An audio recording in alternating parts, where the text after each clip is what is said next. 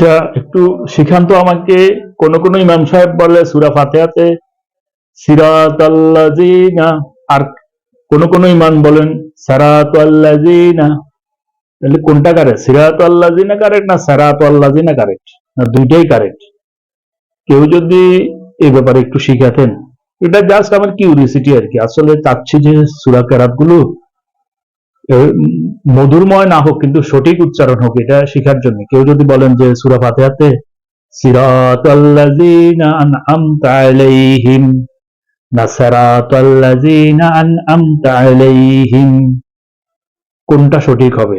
এখানে কি কোনো ও যে কলকলা তো প্রশ্ন ওঠে না, কলকলার এখানে কোনো কিছু নেই, বা কোনো যদি মাখরাজ, কোনো মাখরাজের ব্যাপার স্যাপার আছে কিনা, না দুটোই সঠিক?